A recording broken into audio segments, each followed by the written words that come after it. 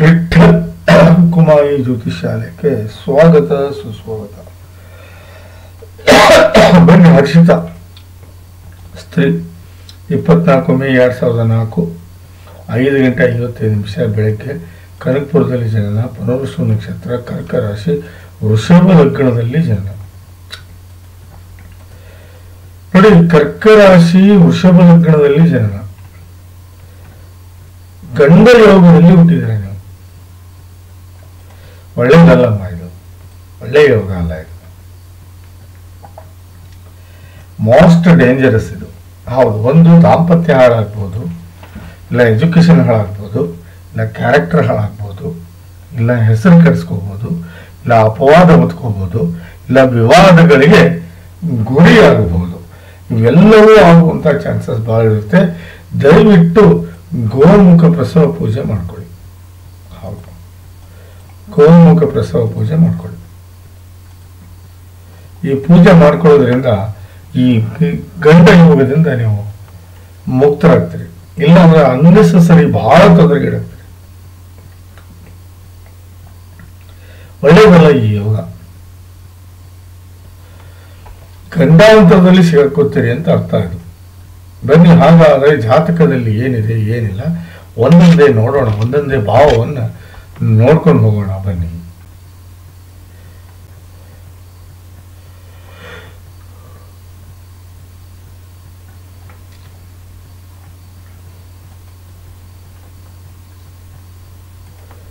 ಒಂದು, ನೀವು ನಿಮ್ಮ ವ್ಯಕ್ತಿತ್ವ. 2 ವ್ಯವಹಾರ. 3 ಪರಾಕ್ರಮ. 4 ನಿಮ್ಮ ತಾಯಿ ಹಾಗೂ ಪ್ರಾಪರ್ಟಿ. 5 ವಿದ್ಯೆ. 6 ಕಷ್ಟಗಳು. 7 ದಾಂಪತ್ಯ. 8 ಶತ್ರು. 9 ಭಾಗ್ಯ. 10 ಕೆಲಸ. 11 ಲಾಭ. 12 ವಿದೇಶಿ ಪ್ರಯಾಣ. ಯಾವುದೇ ಗ್ರಹ ಇರಲಿ, 0 to 6 ಆಗಲಿ ಅಥವಾ 24 to 29 ಆಗಲಿ ಇದ್ರೆ ಲಾಭ ಸಿಗಲ್ಲ. 6ರಿಂದ 24 ಇರಬೇಕು. 0 to 6 ಅಂದರೆ 0 to 10 ಇಯರ್ಸ್ ಅಂತ ಅರ್ಥ. 24 to 29 ಅಂದರೆ 65ರಿಂದ 100 ವರ್ಷ ಅಂತ ಅರ್ಥ. 6ರಿಂದ 24 ಅಂದರೆ 15ರಿಂದ 60 ವರ್ಷ ಅಂತ ಅರ್ಥ. ಇದನ್ನ ಬಾಲ್ಯಾವಸ್ಥೆ ಅಂತ ಕರಿತೀವಿ, ವೃದ್ಧಾಪ್ಯಾವಸ್ಥೆ ಅಂತ ಕರಿತೀವಿ, ಇದನ್ನ ಯೌವನಾವಸ್ಥೆ ಅಂತ ಕರಿತೀವಿ.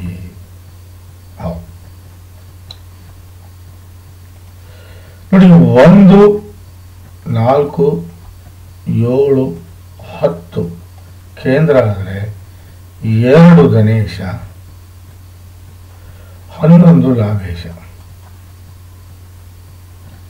ಅದೇ ರೀತಿ 1, 5, 9 ತ್ರಿಕೋನ ಅಂತ ಕರಿತೀವಿ. ಸಾರಿ, ಇಲ್ಲೇ ಮಿಸ್ಟೇಕ್ ಆಗಿದ್ದು ನಂದು. 9, 5, 10 ಇದು ನೋಡಿ. 1, 5, 9 ತ್ರಿಕೋನ ಅಂತ ಕರಿತೀವಿ.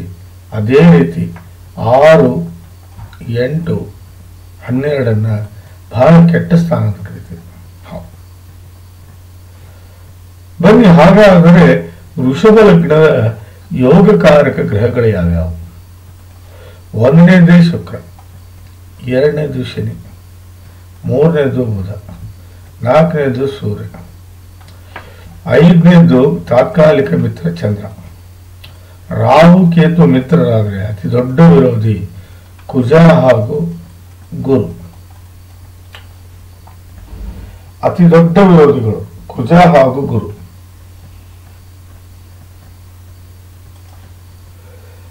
ನಾಲ್ಕನೇ ಮನೆ ಸ್ವಾಮಿ,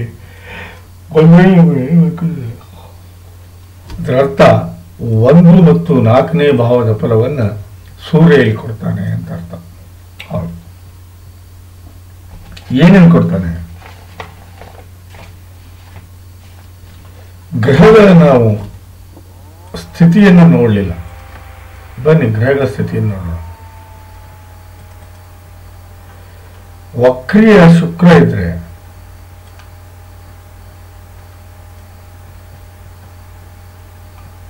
ಮತ್ತೆ ಯಾವ ಗ್ರಹ ಉಚ್ಚ ಇಲ್ಲ, ನೀಚ ಇಲ್ಲ, ಅಸ್ತಂಗತ ಇಲ್ಲ. ವಕ್ರಿಯ ಒಬ್ಬನೇ ಒಬ್ಬನಿದ್ದಾನೆ. ಯಾರು? ಗುರು.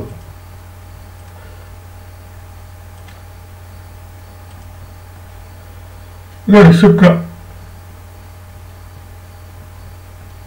ಶುಕ್ರ ಒಬ್ಬನೇ ವಕ್ರಿಯನಿರೋದ್ರಿಂದ ಬನ್ನಿ 4ನೇ ಭಾವದ ಸ್ವಾಮಿ ಸೂರ್ಯ ಕೇಂದ್ರದ ಸ್ವಾಮಿ 1ನೇ ಭಾವದಲ್ಲಿ ಬಂದು ಕೂತಿದ್ದಾನೆ.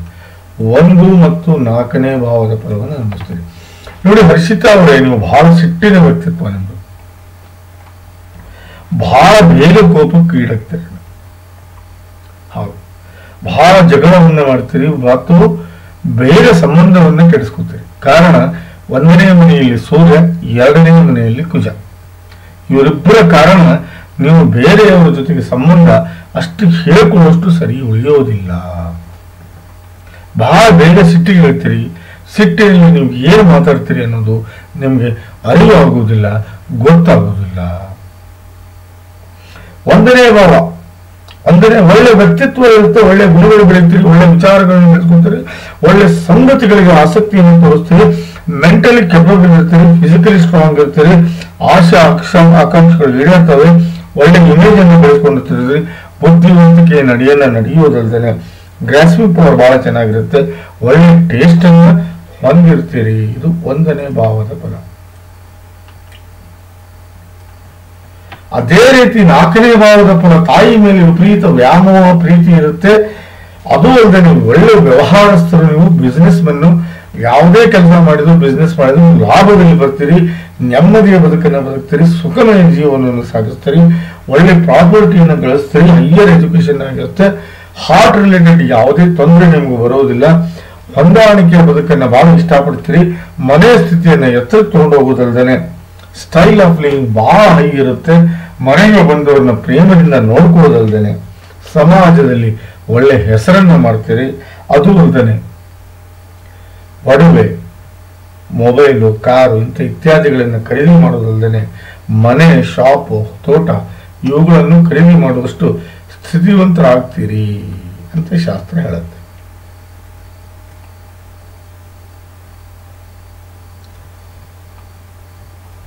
ನೋಡಿ, ಇಲ್ಲಿ ಶುಕ್ರ 1 ಡಿಗ್ರಿ ಇದ್ದಾನೆ, ಶನಿ 17 ಡಿಗ್ರಿ ಇದ್ದಾನೆ, ಕುಜ 16 ಡಿಗ್ರಿ ಇದ್ದಾನೆ.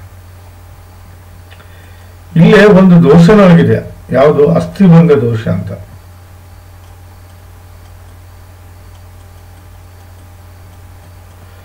ಅಸ್ಥಿಭಂಗ ದೋಷನೂ ಆಗಿದೆ, ಸೌಭಾಗ್ಯ ಯೋಗನೂ ಆಗಿದೆ.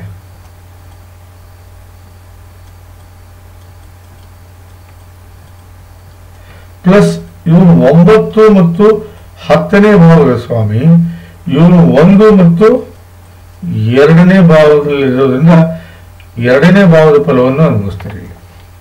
ಸೊ ಆಲ್ರೆಡಿ ನಾವು 1ನೇ ಭಾವ ಮತ್ತು 4ನೇ ಭಾವದ ಫಲವನ್ನು ಹೇಳ್ಬಿಟ್ಟಿದ್ದೀನಿ. 2ನೇ ಭಾವದ ಫಲವನ್ನು ನಾನು ಹೇಳ್ಬೇಕು ನಿಮಗೆ.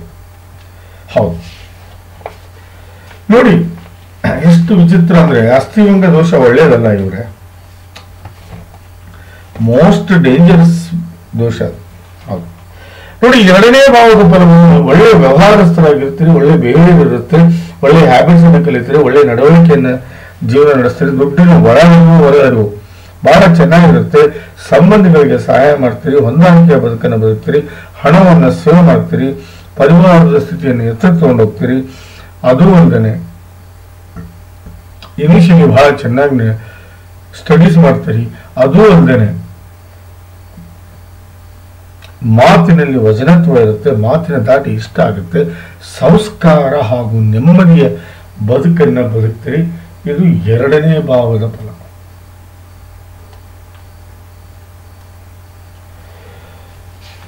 ನೋಡಿ, ಗುರುವಿನ ಆಶೀರ್ವಾದ ಸದಾ ನಿಮ್ಗೆ ಇರುತ್ತೆ. ಇದು 9ನೇ ಭಾವದ ಫಲ ಹೇಳ್ತಾ ಇದ್ದೀನಿ. ಧರ್ಮವನ್ನು ನಂಬ್ತೀರಿ, ಆರೋಗ್ಯವಂತರಾಗಿರ್ತೀರಿ, ಪ್ರಾಪ್ತಿಯನ್ನು ಪಡ್ಕೋತೀರಿ, ತಂದೆಯ ಜೊತೆಗೆ ಬಹಳ ನಿಕಟ ಸಂಬಂಧ ಇರುತ್ತೆ, ಸಾಧನೆಗೆ ದಾರಿ ಮಾಡ್ಕೋತೀರಿ, ಸುಖಮಯ ಜೀವನ ಸಾಗಿಸ್ತೀರಿ, ಗೆಲುವು ಸದಾ ನಿಮ್ದಾಗಿರುತ್ತೆ, ಸಂಬಂಧಿಗಳಿಗೆ ಸಹಾಯ ಮಾಡ್ತೀರಿ, ದೇವರ ಆಶೀರ್ವಾದ ಸದಾ ನಿಮ್ ಜೊತೆಗಿರುತ್ತೆ, ಬಹಳ ಲಕ್ಕಿಯಾಗಿರ್ತೀರಿ, ಪುಣ್ಯದ ಕೆಲಸ ಮಾಡ್ತೀರಿ, ಮನೆಯಲ್ಲಿ ನೆಮ್ಮದಿಯಿಂದ ಬದುಕೋದಲ್ದೇ ಸುಸಂಸ್ಕೃತರಾಗಿರ್ತೀರಿ. ಇದು 9ನೇ ಭಾವದ ಫಲ. ನಿಮ್ಮ ಮಾಡುವ ಕೆಲಸ ಬಹಳ ನಿಮ್ಗೆ ಇಷ್ಟ ಆಗುತ್ತೆ, ಕೆಲಸದ ವಿಧಾನ ಇಷ್ಟ ಆಗುತ್ತೆ, ಕೆಲಸದಲ್ಲಿ ಗೆಲುವು ಕಾಣ್ತೀರಿ, ಕೆಲಸದಲ್ಲಿ ಗಳಿಕೆ ಕಾಣ್ತೀರಿ, ಕೆಲಸದಲ್ಲಿ ಮಾನ ಪ್ರತಿಷ್ಠೆ, ಸ್ಥಾನ ಮಾನ, ಯಶಸ್ಸು, ಕೀರ್ತಿ, ಆರೋಗ್ಯವನ್ನ ಪಡ್ಕೋತೀರಿ. ಅಂತ 10ನೇ ಭಾವದ ಫಲವನ್ನು ಹೇಳ್ತೀರಿ. ತಂದೆಯ ಜೊತೆಗೆ ಬಹಳ ನಿಕಟ ಸಂಬಂಧ ಇರುತ್ತೆ ನಿಮ್ದು ಅಂತ ಶಾಸ್ತ್ರ ಹೇಳುತ್ತೆ. ನೋಡಿ, ಅಸ್ಥಿಭಂಗ ದೋಷ ನಿಮ್ಮ ತಂದೆ ಆಗಿರ್ಬೋದು, ಇಲ್ಲ ನಿಮ್ಮ ತಾಯಿ ಆಗಿರ್ಬೋದು, ಅವರ ಹಿಂದಿನ 7 ಜನ್ಮದ ಪೂರ್ವಜರು, ಯಾರು 7 ಜನ್ಮದ ಪೂರ್ವಜರು ದುರ್ಮರಣವನ್ನು ಹೊಂದಿದ್ದಕ್ಕೆ ಅಸ್ಥಿಭಂಗ ದೋಷ ನಿಮ್ಮಲ್ಲಿ ಕಾರಣ ಬಂದಿದೆ. ಅದು ಪೂರ್ವಜರು ಅಶಾಂತಿಯಾಗಿದ್ದಾರೆ, ಪೂರ್ವಜರು ಶಾಂತಿ ಇಲ್ಲ, ಪೂರ್ವಜರಿಗೆ ಸಿಗೋ ಜಾಗ ಸಿಕ್ಕಿಲ್ಲ ಅಂತ ಅರ್ಥ. ಅಸ್ಥಿಭಂಗ ದೋಷ. ಸೊ ಅವ್ರ ಕಾಡಾಟ ಒಳ್ಳೆಯದಲ್ಲ ತಾಯಿ. ದಯವಿಟ್ಟು ನಿಮ್ಮ ತಂದೆಯ ಕಡೆಯಿಂದ ತ್ರಿಪಿಂಡ ನಾರಾಯಣ ಬಲಿ ಕೊಡೋದು ಬಹಳ ಮುಖ್ಯ. ತ್ರಿಪಿಂಡ ನಾರಾಯಣ ಬಲಿ ಕೊಡಬೇಕು. ಅಸ್ಥಿಭಂಗಕ್ಕೆ ಬೇರೆ ದಾರಿ ಇಲ್ಲ. ನಿಮ್ಮ ತಂದೆ ತ್ರಿಪಿಂಡ ನಾರಾಯಣ ಬಲಿ ಕೊಡೋದ್ರಿಂದ 100% ಒಳ್ಳೇದಾಗತ್ತೆ. ಇದರಲ್ಲಿ ಯಾವುದೇ ಸಂಶಯ ಇಲ್ಲ. ನೋಡಿ, ಸೌಭಾಗ್ಯ ಯೋಗ ಬಹಳ ದೊಡ್ಡ ರಾಜಯೋಗ, ಅತಿ ದೊಡ್ಡ ರಾಜಯೋಗ ಸೌಭಾಗ್ಯ ಯೋಗ. ಹೌದು ನೋಡಿ, ನೀವು ಮುಟ್ಟಿದ್ದೆಲ್ಲ ಚಿನ್ನ ವಜ್ರ ಹೊಡೆಯುವುದೇ. ಹೌದು, ನಿಮ್ಗೆ ಜೀವನದಲ್ಲಿ ಬಹಳ ಸುಖಮಯ ಜೀವನವನ್ನು ಸಾಗಿಸ್ತಾರೆ. ನೀವು ಗೋಮುಖ ಪ್ರಸವ ಪೂಜೆ ಹಾಗೂ ತ್ರಿಪಿಂಡ ನಾರಾಯಣ ಬಲಿ ಎರಡೂ ನೀವು ಕೊಟ್ಕೊಂಡಿದ್ದ ಕರೆ. ಆದರೆ 100ಕ್ಕೆ 100 ಬಹಳ ಶಾಂತಿ ಹಾಗೂ ಸುಖ ಹಾಗೂ ಐಶ್ವರ್ಯದಿಂದ ಬದುಕ್ತೀರಿ. ಇದರಲ್ಲಿ ಯಾವುದೇ ಸಂಶಯ ಇಲ್ಲ. ಯಾಕಂದ್ರೆ ಸೌಭಾಗ್ಯ ಯೋಗ ಸುಖ, ಶಾಂತಿ ಹಾಗೂ ಐಶ್ವರ್ಯ ಹಾಗೂ ನೆಮ್ಮದಿ ಅಂತ ಕೊಡುವಂತ ಯೋಗ. ಯಾರ ಜಾತಕದಲ್ಲಿ ಸೌಭಾಗ್ಯ ಯೋಗ ಆಗುತ್ತೋ ಅವ್ರಿಗೆ ಒಳ್ಳೆ ತಂದೆ ತಾಯಿ, ಅಣ್ಣ ತಮ್ಮ, ಅಕ್ಕ ತಂಗಿ, ಯಶಸ್ಸು, ಆರೋಗ್ಯ, ಐಶ್ವರ್ಯ, ಕೀರ್ತಿ, ಸಕಲ ಸಮರ್ಪಕ ಸಂಪೂರ್ಣ ಫಲವನ್ನು ಕೊಡುವುದಲ್ಲದೆ ಒಳ್ಳೆ ಸಂಪತ್ತು, ಒಳ್ಳೆ ಐಶ್ವರ್ಯ, ಒಳ್ಳೆ ಪ್ರಾಪರ್ಟಿ, ಒಳ್ಳೆ ಜ್ಞಾನ, ವಿದ್ಯೆ, ಬುದ್ಧಿ, ಒಳ್ಳೆ ದಾಂಪತ್ಯ, ಒಳ್ಳೆ ಗಂಡ ಮಕ್ಕಳು, ಯಶಸ್ಸು, ಕೀರ್ತಿ, ಸಾಧನೆ, ಸಮರ್ಥ ಮಾನಸಿಕ ಹಾಗೂ ದೈಹಿಕ ಶಕ್ತಿ, ಸಾಮಾಜಿಕ ಹಾಗೂ ಧಾರ್ಮಿಕ ಮುಖ್ಯ ಕೆಲಸಗಳು, ಮಾನ, ಪ್ರತಿಷ್ಠೆ, ಸ್ಥಾನ, ಮಾನ, ಯಶಸ್ಸು, ಕೀರ್ತಿ, ಆರೋಗ್ಯ, ಆಯುಷ್ಯವನ್ನು ಕೊಟ್ಟು ಬಹಳ ಎತ್ತರ ಸ್ಥಾನದಲ್ಲಿ ಇಟ್ಟಿರ್ತಾನೆ. ಇದರಲ್ಲಿ ಯಾವುದೇ ಸಂಶಯ ಇಲ್ಲ.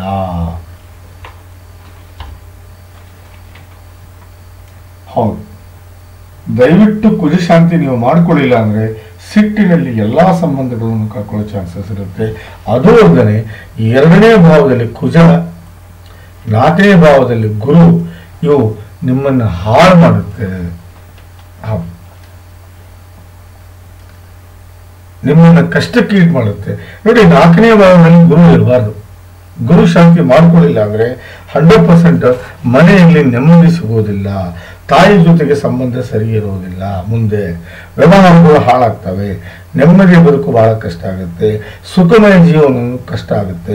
ಪ್ರಾಪರ್ಟಿಯನ್ನು ಗಳಿಸಲ್ಲ. ಹೈಯರ್ ಎಜುಕೇಶನ್ ಆಗಲ್ಲ. ಹಾರ್ಟ್ ರಿಲೇಟೆಡ್ ಪ್ರಾಬ್ಲಮ್ಸ್ ಬರುತ್ತೆ. ಹೊಂದಾಣಿಕೆ ಬದುಕು ಬಹಳ ಕಷ್ಟ ಆಗುತ್ತೆ. ಮನೆಯ ಸ್ಥಿತಿ ಕೆಡುತ್ತೆ.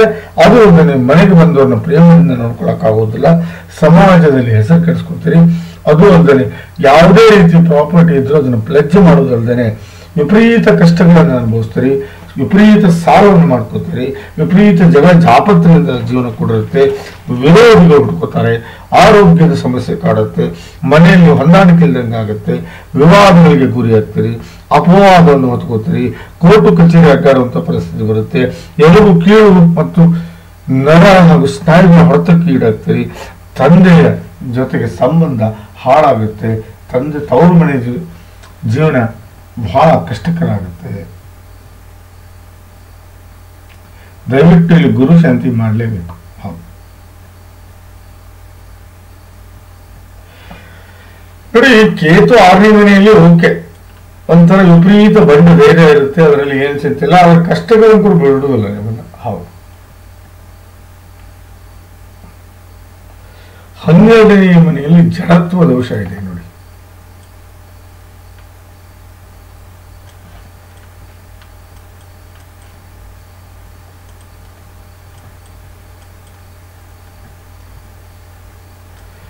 This is most dangerous, I am telling you. How? Most dangerous ದೋಷ ಇದು ಜಡತ್ವ ದೋಷ. ಅದು 12ನೇ ಮನೆಯಲ್ಲಿ 100% ಹಾಸ್ಪಿಟಲೈಸ್ ಆಗ್ತೀರ ನೀವು. ಹೌದು, ಬಹಳ ನೀವು ಬೆಡ್ ಮೇಲೆ ಟೈಮ್ ಕಳಿತೀರ ಅಂತ ಅರ್ಥ. ಅದು 12ನೇ ಮನೆಯಲ್ಲಿ ಜಡತ್ವ ದೋಷ ಆದ್ರೆ ನೀವು ಹಾಸಿಗೆ ಹಿಡಿತೀರಾ, ರೋಗಕ್ಕೆ ತುತ್ತಾಗ್ತೀರಾ, ದೇಹಕ್ಕೆ ತೊಂದರೆ ಆಗುತ್ತೆ. ನಿಮ್ಗೆ ನೋಡಿ ಮಂತ್ಲಿ ಡೇಟಲ್ಲಿ ಪ್ರಾಬ್ಲಮ್ ಇದೆ. ಅದರಲ್ಲಿ 100% ಹೇಳ್ತೀನಿ ನಾನು. ಹೌದು, 5ನೇ ಭಾವ, ಅದು 5ನೇ ಭಾವದ ಸ್ವಾಮಿ. ಒಳ್ಳೆ ಎಜುಕೇಶನ್ ಆಗಲ್ಲ, ಒಳ್ಳೆ ದಾಂಪತ್ಯ ಆಗಿಲ್ಲ, ಒಳ್ಳೆ ಸೆಕ್ಷುವಲ್ ಲೈಫ್ ಎಂಜಾಯ್ ಮಾಡಲ್ಲ, ಮಕ್ಕಳು ಹುಟ್ಟಲ್ಲ, ಮಕ್ಕಳು ಹುಟ್ಟಿದ್ರು ಅವ್ರು ತೀರಿ ಹೋಗ್ಬೋದು ಅಥವಾ ಅವರಿಂದ ತೊಂದರೆಗೀಡಾಗ್ತೀರಾ, ಒಳ್ಳೆ ಟ್ಯಾಲೆಂಟ್ ಸಿಗಲ್ಲ, ಒಳ್ಳೆ ಪಾಪ್ಯುಲಾರಿಟಿ ಸಿಗಲ್ಲ, ಎಲ್ಲರ ಪ್ರೀತಿ ಪ್ರೇಮವನ್ನು ಅನುಭವಿಸಕ್ಕಾಗಲ್ಲ, ಹೊಂದಾಣಿಕೆ ಬದುಕು ಬಹಳ ಕಷ್ಟ ಆಗುತ್ತೆ, ಸುಖ ಶಾಂತಿ ಸಿಗದೆ ಹೋಗ್ಬೋದು, ಕಷ್ಟಗಳ ಜೊತೆಗೆ ಇರ್ಬೋದು, ಸಾಧನೆಗೆ ದಾರಿ ಆಗದೆ ಹೋಗ್ಬೋದು, ಒಳ್ಳೆ ಗುಣಗಳು ಬೆಳೆಯದೆ ಹೋಗ್ಬೋದು, ಪಾಪ್ಯುಲಾರಿಟಿ ಕೆಡಬಹುದು, ಪಬ್ಲಿಕ್ ಇಮೇಜ್ ಕೆಡಬಹುದು. ಅದು ಅಲ್ಲದೆ 12ನೇ ಮನೆಯಲ್ಲಿ ಸರ್ಪದೋಷ.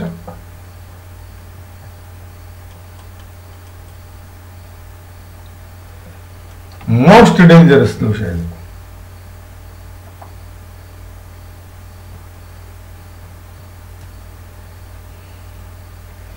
ಹನ್ನೆರಡನೇ ಮನೆಯಲ್ಲಿ ಸರ್ಪದೋಷ ಹಾಗೂ ಜಡತ್ವ ದೋಷ ಒಳ್ಳೆಯದಲ್ಲ. ಬಹಳ ಕಷ್ಟಗಳನ್ನು ಅನುಭವಿಸ್ತೀರಿ, ಸಾಲಗಳನ್ನು ಮಾಡ್ಕೋಬಹುದು, ಜಗಳ ಜಾಪತ್ರೆಯಿಂದ ಜೀವನ ಕೊಡಬಹುದು, ವಿರೋಧಗಳು ಹುಟ್ಟುಕೋಬಹುದು, ಆರೋಗ್ಯದ ಸಮಸ್ಯೆ ಕಾಡಬಹುದು, ಮನೆಯಲ್ಲಿ ಹೊಂದಾಣಿಕೆ ಇಲ್ದಂಗೆ ಆಗ್ಬೋದು, ವಿವಾದಗಳಿಗೆ ಗುರಿಯಾಗಬಹುದು, ಅಪವಾದವನ್ನು ಹೊತ್ಕೋಬಹುದು, ಕೋರ್ಟು ಕಚೇರಿಯಲ್ಲಿ ಅಡ್ಡಾಡಬಹುದು, ಎಲುಬು ಕೀಳುಗಳ ಸಮಸ್ಯೆ ಬರಬಹುದು, ತಂದೆಯ ವ್ಯವಹಾರ ಕೇಳಬಹುದು. ನೋಡಿ, ಸರ್ಪದೋಷ 12ನೇ ಮನೆಯಲ್ಲಿ ಒಳ್ಳೆಯದಲ್ಲ.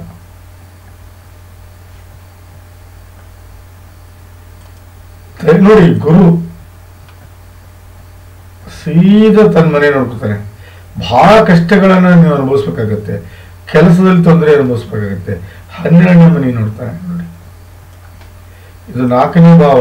ಮನೆಯಲ್ಲಿ ನೆಮ್ಮದಿ ಹಾಳಾಗುತ್ತೆ, ವಿಪರೀತ ಸಾಲವನ್ನು ಮಾಡ್ಕೋತೀರಿ, ಕೆಲಸ ಸಿಗೋದೇ ಇಲ್ಲ ನಿಮಗೆ, 12ರಲ್ಲಿ ತೊಂದರೆ ಅನುಭವಿಸ್ತೀರಿ. ನೋಡಿ, 3ನೇ ಮನೆ ಚಂದ್ರ. 3ನೇ ಮನೆಯಲ್ಲಿ ಚಂದ್ರ ಇರೋದ್ರಿಂದ ನಿಮಗೆ ವಸುಮತಿ ಯೋಗ ಜನರೇಟ್ ಆಗುತ್ತೆ.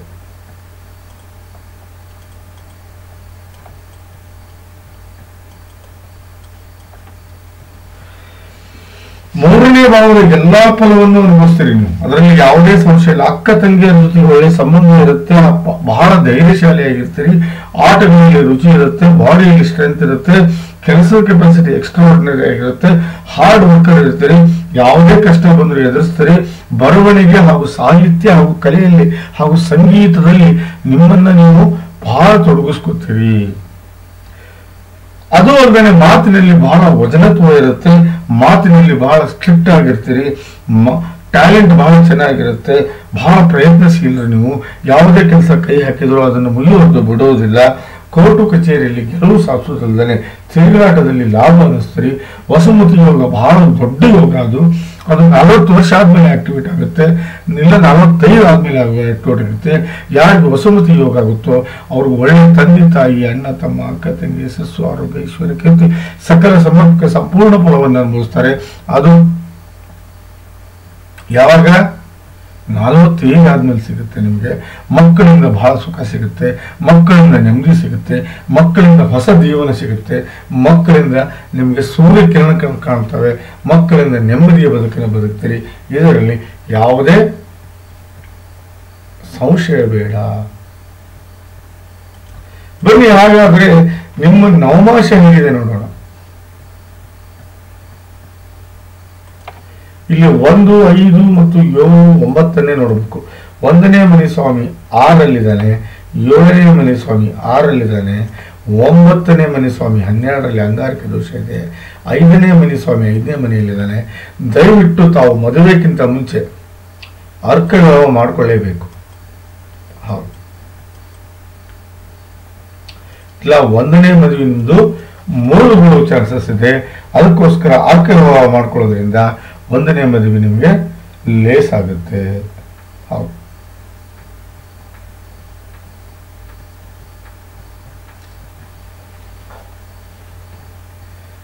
ಬನ್ನಿ ಎಜುಕೇಶನ್ ಹೇಗಿದೆ ಹಾಗೂ ನಿಮ್ಮ ಕೆಲಸದ ವಿಚಾರವಾಗಿ ನೋಡೋಣ.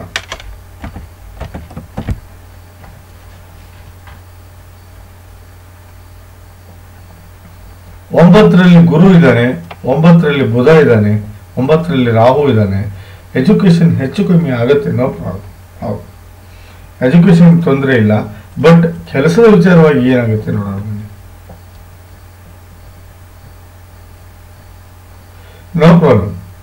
ಕೆಲಸದ ವಿಚಾರವಾಗಿ ಚಿಂತೆ ಇಲ್ಲ, ನೀವು ಮಾಡ್ತೀರಿ ಅಂತ ಅನ್ನೋದ್ರಲ್ಲಿ ಯಾವುದೇ ಸಂಶಯ ಇಲ್ಲ.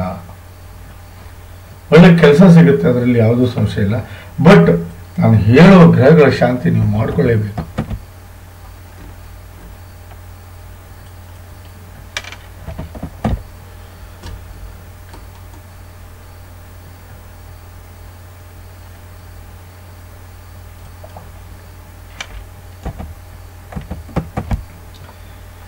ಯಾವ ದಶೆಯಲ್ಲಿದ್ದೀರಿ ನೋಡೋಣ. ನೋಡಿ, ಶನಿ ದಶೆಯಲ್ಲಿದ್ದೀರಿ ಈಗ. No problem. ಶನಿ ದಶೆ 2ನೇ ಭಾವದಲ್ಲಿದ್ದಾನೆ. ದಯವಿಟ್ಟು ನಾ ಹೇಳೋದನ್ನ ಅರ್ಥ ಮಾಡ್ಕೊಳ್ಳಿ. ಗೋಮುಖ ಪೂಜೆಯನ್ನ ಮಾಡ್ಕೊಳ್ಳೇಬೇಕು. ಹೌದು. ಆಮೇಲೆ ತ್ರಿಪಿಂಡ ನಾರಾಯಣ ಬಲಿನೂ ಮಾಡ್ಕೋಬೇಕು. ಆಮೇಲೆ ಅರ್ಕ ವಿವಾಹವನ್ನು ಮಾಡ್ಕೋಬೇಕು. ಆಮೇಲೆ ನಾಗ ಪ್ರತಿಷ್ಠಾಪನೆಯನ್ನು ಮಾಡ್ಕೋಬೇಕು. ಆಮೇಲೆ ಬುಧ ಹಾಗೂ ಕುಜ ಹಾಗೂ ಗುರು, ಈ 3 ಗ್ರಹಗಳ ಶಾಂತಿ ನೀವು ಮಾಡ್ಕೊಳ್ಳಿಲ್ಲ ಅಂದ್ರೆ ನಡೆಯೋದಿಲ್ಲ. ದಯವಿಟ್ಟು 7 ಕ್ಯಾರೆಟ್ ಓಪನ್ ಹಾಕ್ಲೇಬೇಕು. ಯಾಕಂದ್ರೆ ಶುಕ್ರ 1 ಡಿಗ್ರಿಯಲ್ಲಿದ್ದಾನೆ. ಗೋಮುಖ ಪ್ರಸವ, ತ್ರಿಪಿಂಡ ನಾರಾಯಣ ಬಲಿ, ಅರ್ಕ ವಿವಾಹ, ನಾಗ ಪ್ರತಿಷ್ಠಾಪನೆ, ಬುಧ ಕುಜ ಗುರು ಶಾಂತಿ 3 ಮಾಡ್ಕೊಳ್ಳೋದ್ರಿಂದ 100% ಒಳ್ಳೇದಾಗುತ್ತೆ ಅಂತ ಹೇಳ್ತಾ ಈ ಜಾತಕದ ವಿಶ್ಲೇಷಣೆ ಮುಗಿಸ್ತಾ ಇದ್ದೀನಿ. ತಮಗೆ ಇಷ್ಟವಾದಲ್ಲಿ ದಯವಿಟ್ಟು ನಾವು ಜನಕ್ಕೆ ಶೇರ್ ಮಾಡಿ ಹಾಗೂ ಯೂಟ್ಯೂಬ್ ಚಾನಲ್ ಸಬ್ಸ್ಕ್ರೈಬ್ ಮಾಡಿ. ನಮಸ್ಕಾರ.